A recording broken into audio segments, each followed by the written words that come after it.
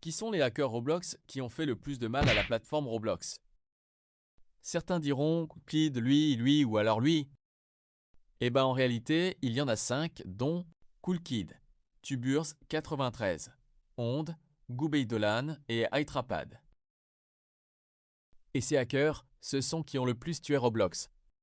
Et ben dans cette vidéo, je vais vous raconter l'histoire de ces 5 hackers. Et la vidéo commence maintenant.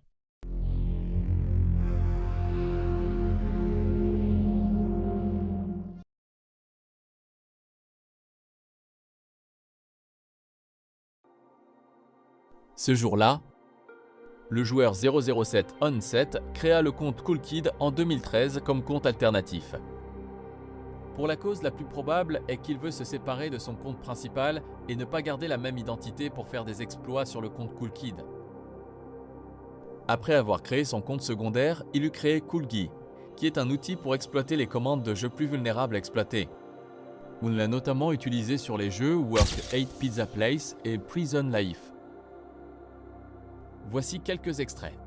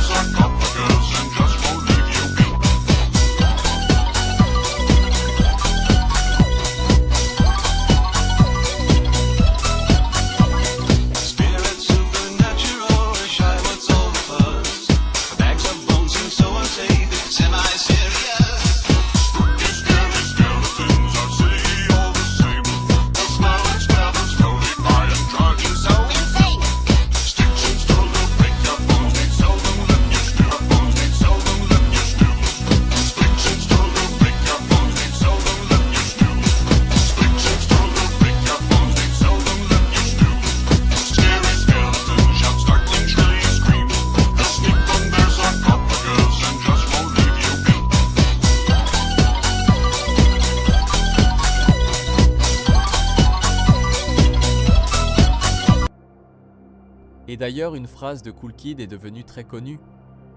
Team Cool Kid, join us today. En juin 2014, l'équipe Cool Kid se développe en groupe sur Roblox, dirigé par 007 Onset, qui est, je le rappelle, celui qui a créé le compte Cool Kid et qui est accompagné dans le groupe de MinLSTU et Cool Kid 5. Le groupe adopte l'esthétique rouge et noire et lançant des attaques coordonnées contre les jeux populaires en première page. L'incident du jeu Work at Pizza Place se produit le 12 juillet 2014 où l'équipe Cool Kid dont les membres utilisent le CoolGui pour détruire intégralement l'environnement du jeu. Ils enlèvent tout ce qu'il y a dans la pizzeria par le skin de Cool Kid de partout, sur les murs, les portes ou le sol. Ils font même tourner la map en boucle quasiment à l'envers. Cet événement est largement considéré comme le sommet de la notoriété du groupe et son attaque la plus célèbre. En août 2014, le jeu Survivre aux catastrophes naturelles devient la principale cible pour l'équipe de Cool Kid. Les exploiteurs utilisent le mode Kill All de CoolGui pour réinitialiser simultanément tous les joueurs sur le serveur, ce qui empêche au jeu de se dérouler ainsi. L'attaque a prouvé que même les jeux avec des scripts complexes étaient vulnérables aux outils du groupe. En fin 2014, Roblox réagit enfin en infligeant une vague massive de bannissements tout en ciblant le groupe de Cool Kid. Le compte de Cool Kid a été définitivement supprimé de la plateforme, mais 007 Onset crée rapidement de nombreux comptes nommés Cool Kid pour contourner les bans. Le membre Cool Kid 5, géré par King Mirai, joue un rôle plus actif dans l'image publique du groupe.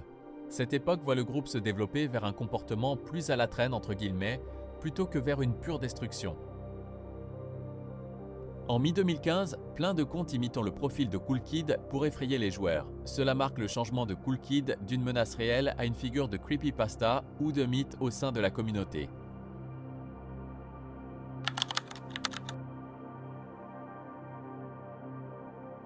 Roblox fait énormément de mises à jour de sécurité majeures sur son fonctionnement, corrigeant efficacement les principales vulnérabilités utilisées par le CoolGui 007 Onset. Les comptes principaux sont définitivement bannis et l'équipe officielle Cool Kid a donc pris fin à tout jamais.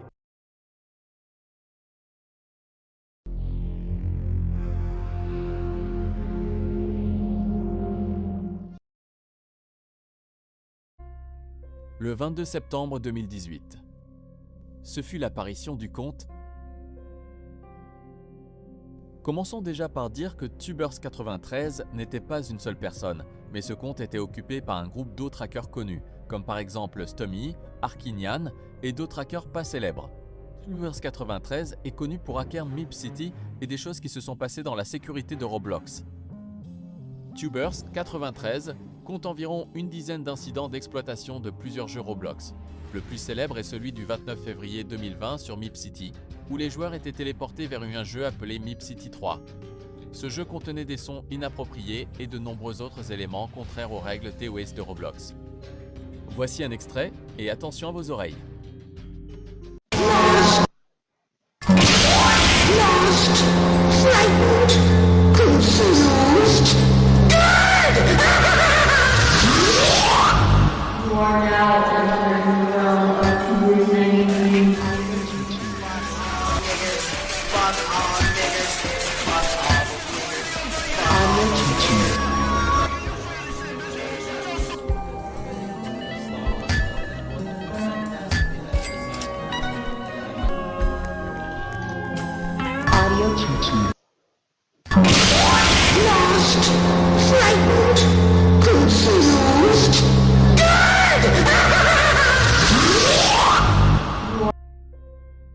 Peu après, Alex Neutron, le créateur de Mip City, a restauré le jeu dans son état normal, mais Tubers93 semblait toujours avoir la capacité de le pirater à nouveau.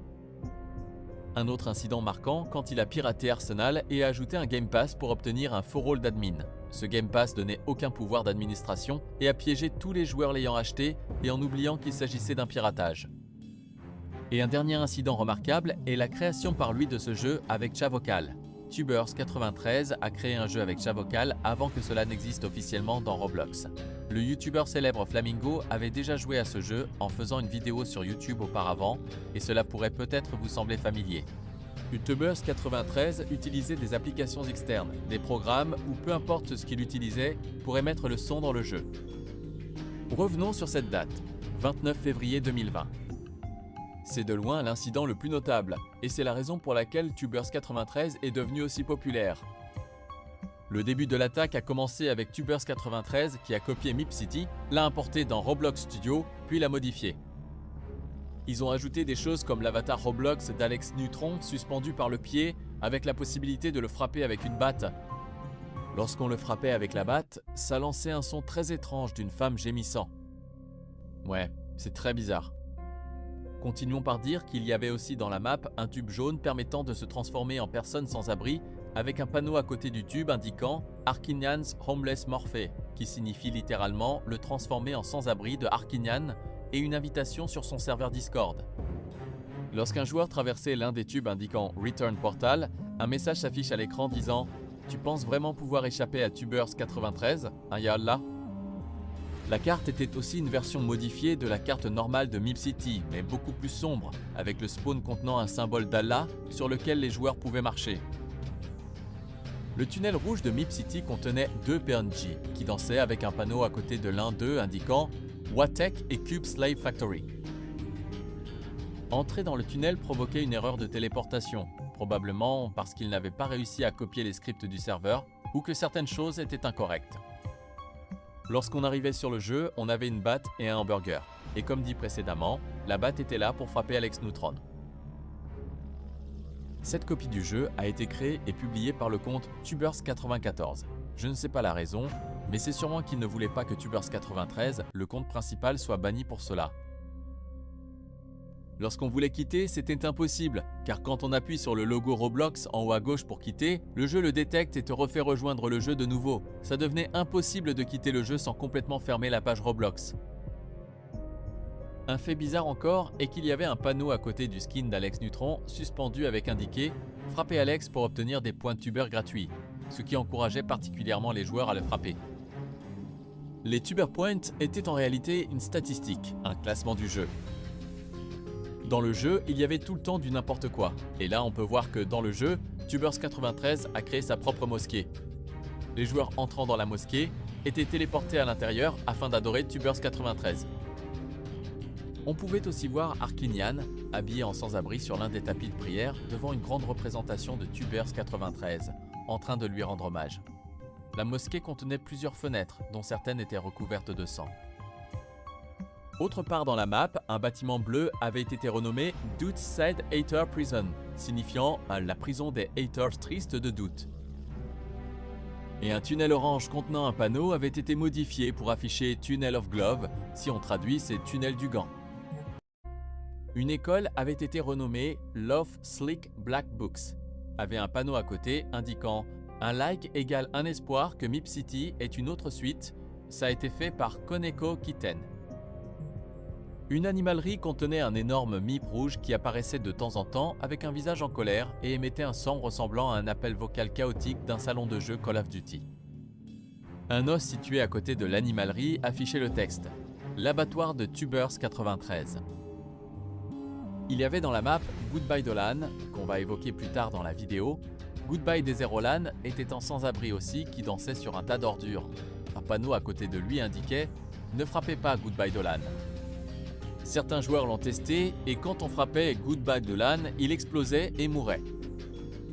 Plus tard, au cours de ce piratage, les attaquants ont également renommé le jeu en hamburger. Ça a donné à tous les joueurs des millions de la monnaie et remplacé l'apparence de tous les avatars par celle du H. Vous voulez savoir un truc? Tubers a pris entre 1 an et 2 ans pour se faire bannir. Et d'ailleurs, ce que je vous ai raconté s'est passé seulement le 29 février 2020, mais aussi le 16 décembre 2021 et le 25 mars 2022.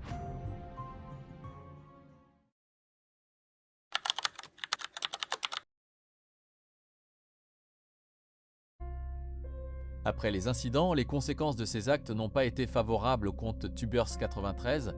Après tous ces événements, le compte était devenu suffisamment connu pour que Roblox soit au courant de ses activités, ce qui a conduit à son ban définitif. Après cela, Tubers 93 a créé un nouveau compte nommé Babyhood Moon 4. Il s'en serait servi encore pour exploiter une porte dérobée dans le jeu Find the Markers pendant un live de Creekcraft afin d'y afficher un message. Je ne sais pas exactement ce qui s'est passé ensuite, à part le fait que le créateur d'un jeu de quiz a fait une blague à Creekcraft en affichant un faux message sûrement par Tubers 93. Peu de temps après, le compte BIBUAMUAM, que 4 a lui aussi été banni définitivement. Suite après le bannissement, le groupe de Tubers 93 aurait pris sa retraite de Roblox.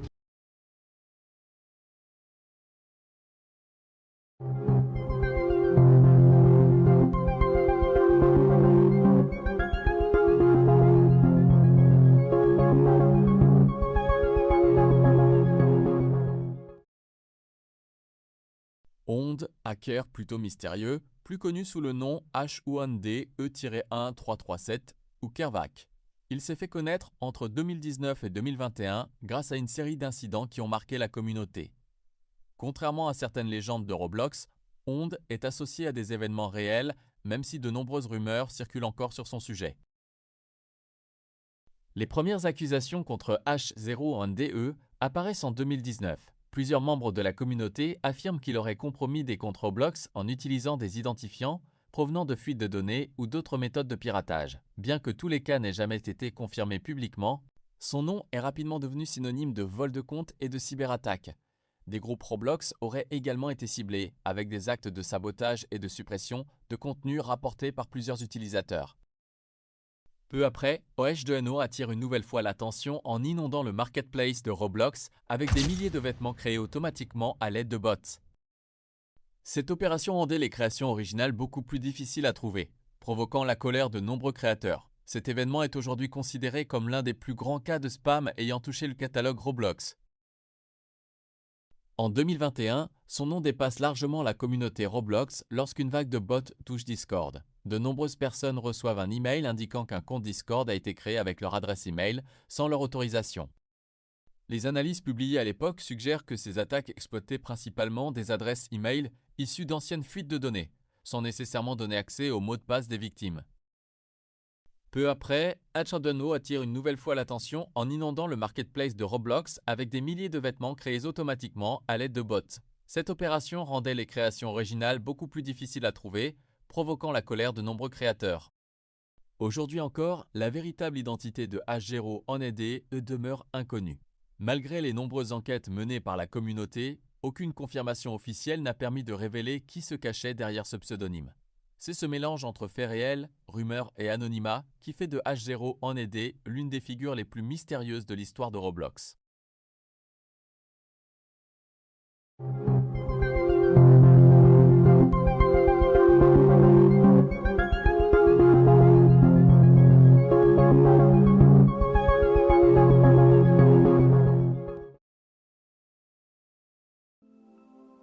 eTrapped était un utilisateur de Roblox vers 2010.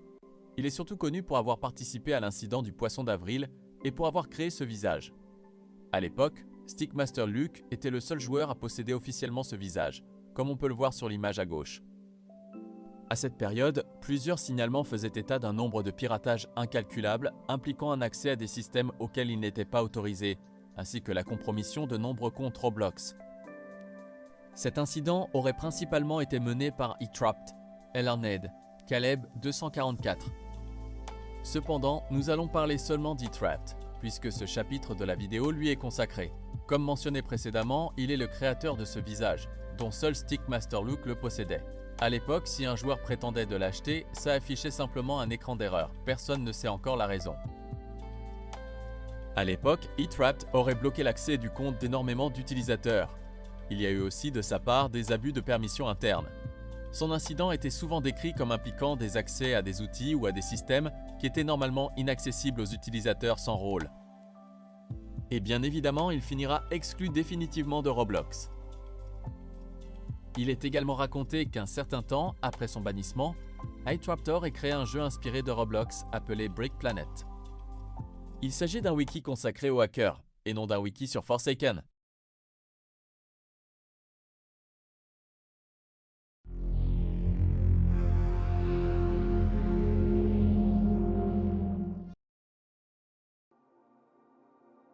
Goodba Dolan. Le compte a été créé le 18 décembre 2015. Il a été connu car il était le hacker qui a hacké le plus de jeux populaires à l'époque. Il a hacké Work at Pizza Place, Natural Disaster Survival et bien d'autres.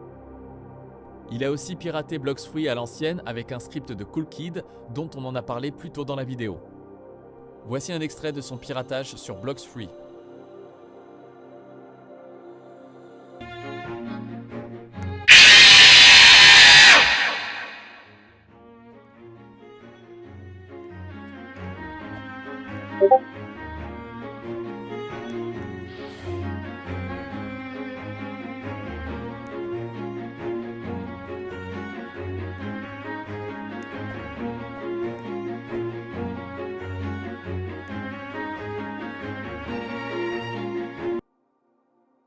Goodbye Dolan a commencé à hacker en 2015, mais il a clairement commencé à devenir connu en 2023.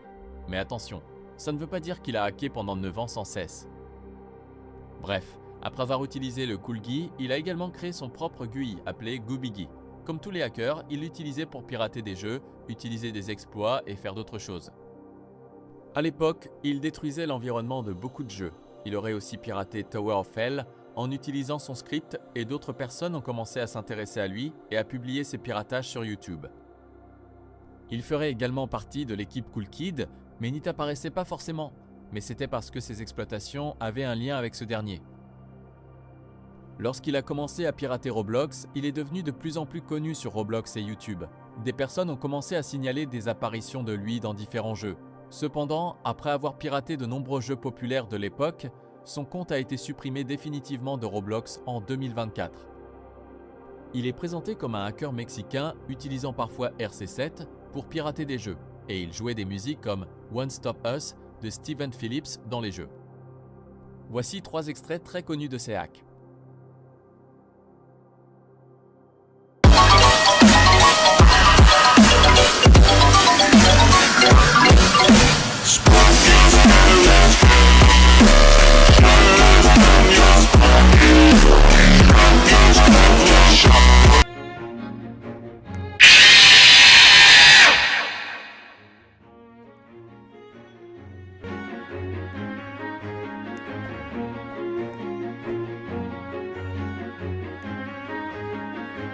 Fucking. Oh shit!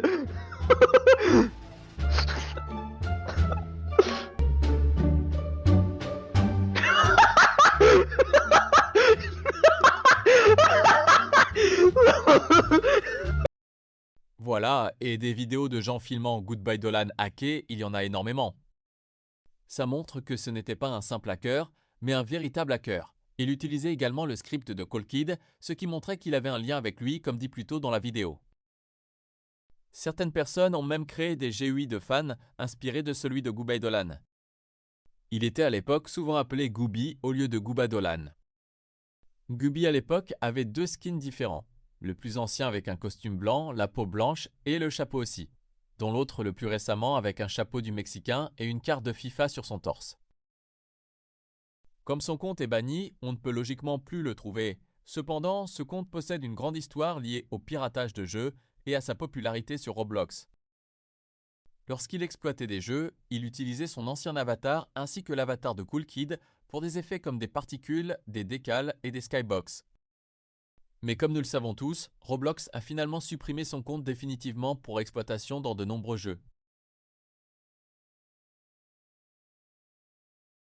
C'est la fin de cette vidéo. J'espère qu'elle vous aura plu. C'était Comisher. À bientôt.